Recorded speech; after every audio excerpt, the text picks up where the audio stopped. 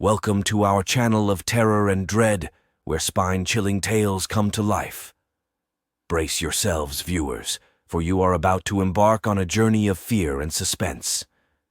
We advise against watching alone, lest you risk the haunting shadows that may linger long after the screen fades to black. Remember to like, subscribe, comment, and share with your friends. Our stories, though true, have been cloaked in anonymity to protect the innocent. Get ready to uncover the mysteries that lurk beneath the surface of ordinary lives. Chapter 1. The Quiet Before. In the remote village of Zalesye, nestled in the heart of Belarus, life flowed at a slow, unhurried pace.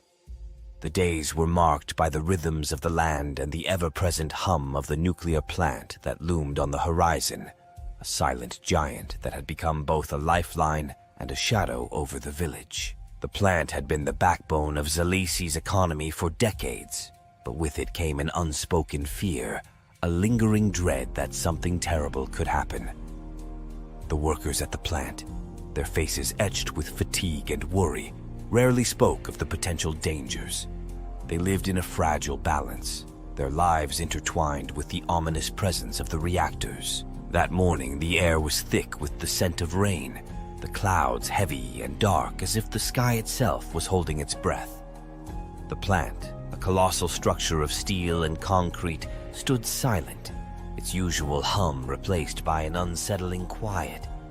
The workers, accustomed to the low, constant buzz, felt the eerie stillness in their bones. Viktor Petrov, a seasoned engineer with decades at the plant, stood at the edge of the control room, his eyes fixed on the monitors that displayed the plant's vital signs.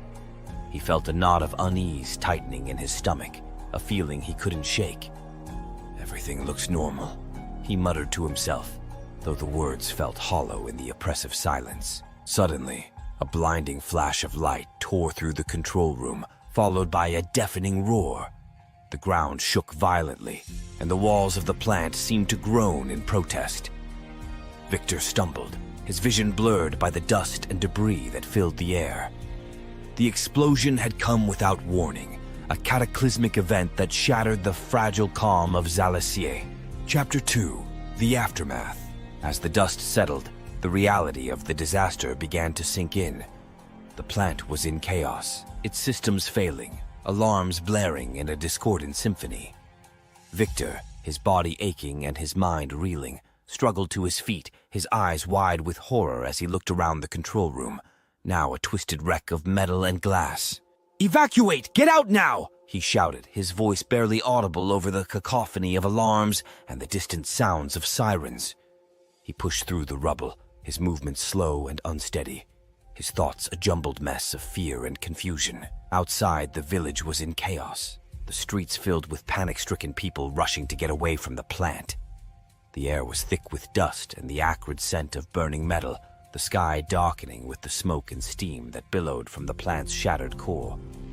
The explosion had released a torrent of radiation, a deadly wave that would soon spread across the village, its invisible tendrils reaching out to claim their victims. Chapter 3. The Unseen Terror. In the days that followed, the true horror of the disaster began to reveal itself. Families in Zalesye found their lives irrevocably changed, their homes and hearts torn apart by the radiation that had leaked from the plant.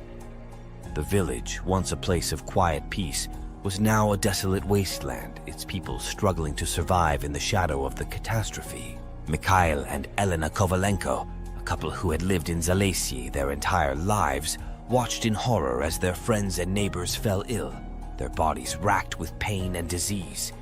Their daughter Anya, a bright and curious girl of 12, had begun to show signs of radiation sickness, her once vibrant energy replaced by a haunting pallor and a fever that burned through her small frame.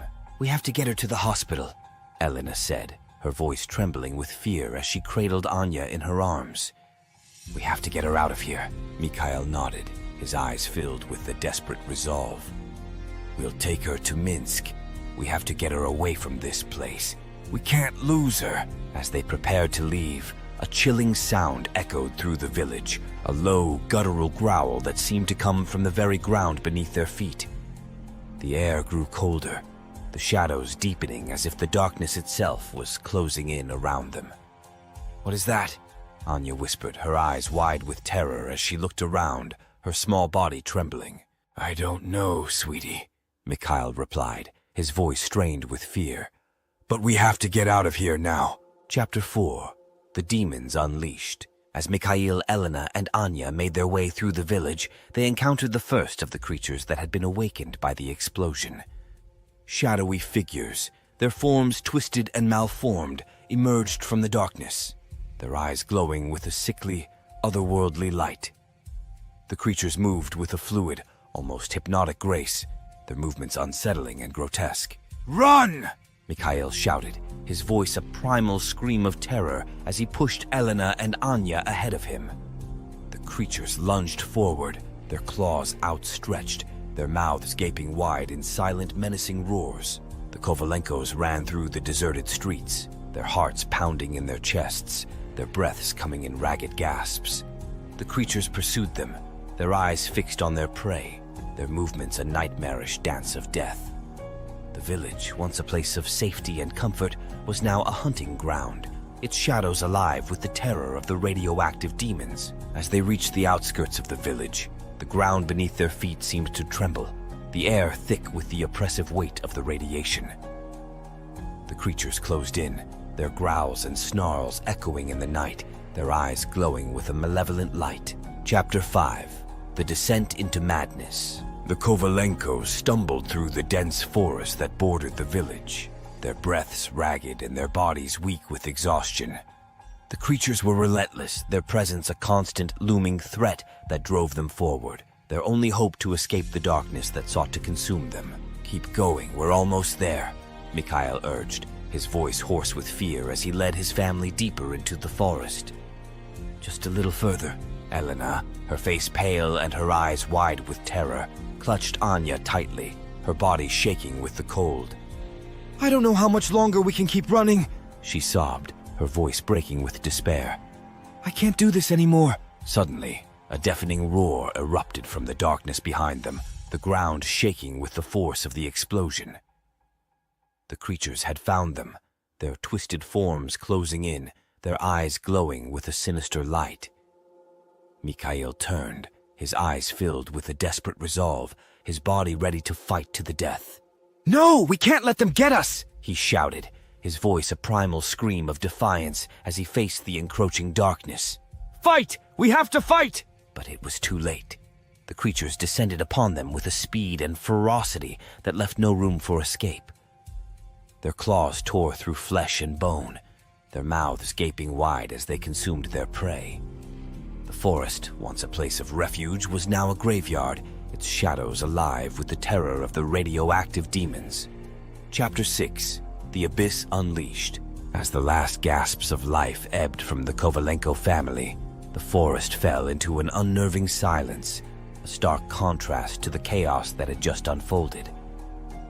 The radioactive demons, their insatiable hunger momentarily sated, retreated into the shadows, their eyes still burning with a sinister, otherworldly glow. The village of Zalesia, now a barren wasteland, lay shrouded in a deathly calm, its once vibrant heart now a silent graveyard of decay and desolation. The explosion had unleashed a hellish nightmare upon the world, a dark force that now gripped the land with cold, unrelenting hands. As the first rays of dawn began to break through the thick pall of smoke and ash, a malevolent energy stirred beneath the surface of the earth. The very ground of Zalesia seemed to pulse with an eerie, almost sentient life, the air growing thick with the acrid stench of decay and corruption. The radiation that had awakened the demons had also stirred something far more ancient and insidious, a dark presence that had lain dormant for eons, hidden beneath the crust of the earth.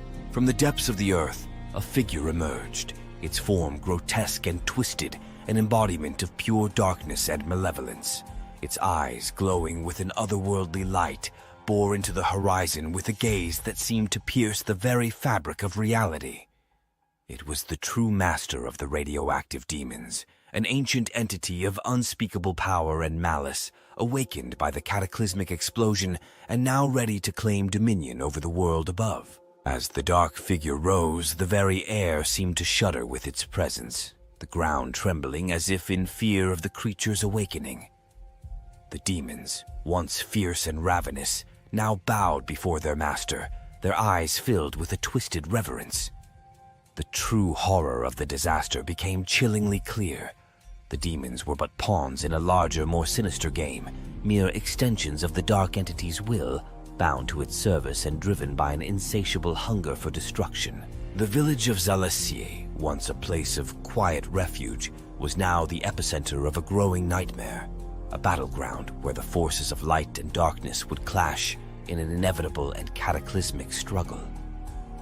The dark figure's gaze swept over the devastated landscape, its eyes alight with an unholy glee as it began to extend its influence beyond the borders of the village.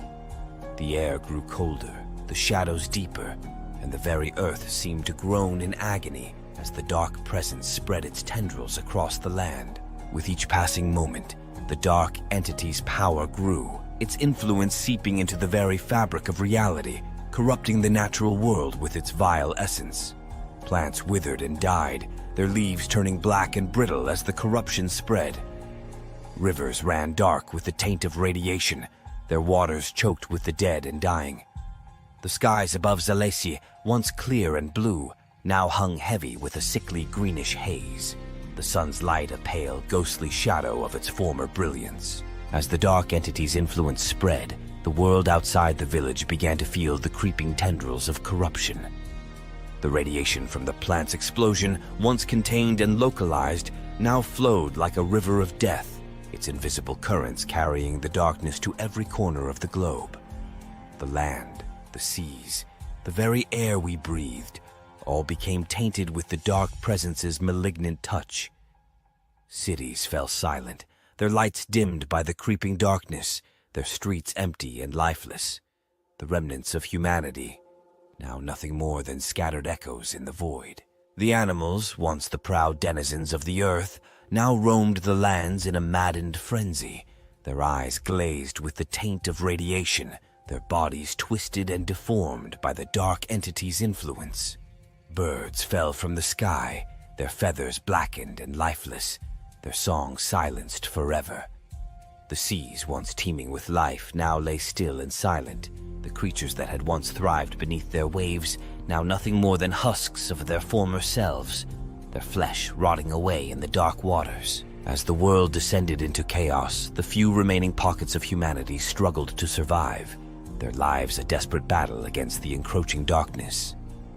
Governments fell, their leaders succumbing to madness or fleeing in terror, leaving their people to fend for themselves against the unstoppable tide of destruction. The last vestiges of civilization crumbled, the cities now empty tombs, the land a wasteland of death and decay.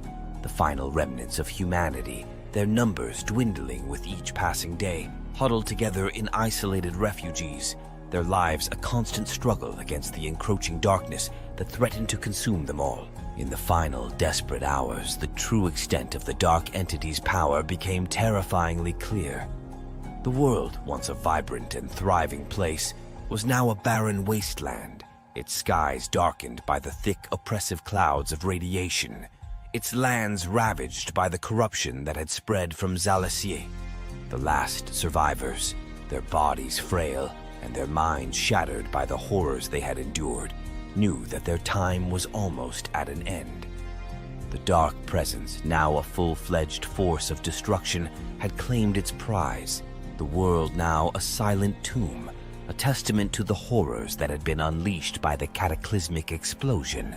As the final rays of the sun faded into the darkness, the last remnants of life on Earth were consumed by the void. The once vibrant world, now a barren wasteland of decay and death, lay silent and still, the last echoes of humanity's existence fading into the cold, dark abyss.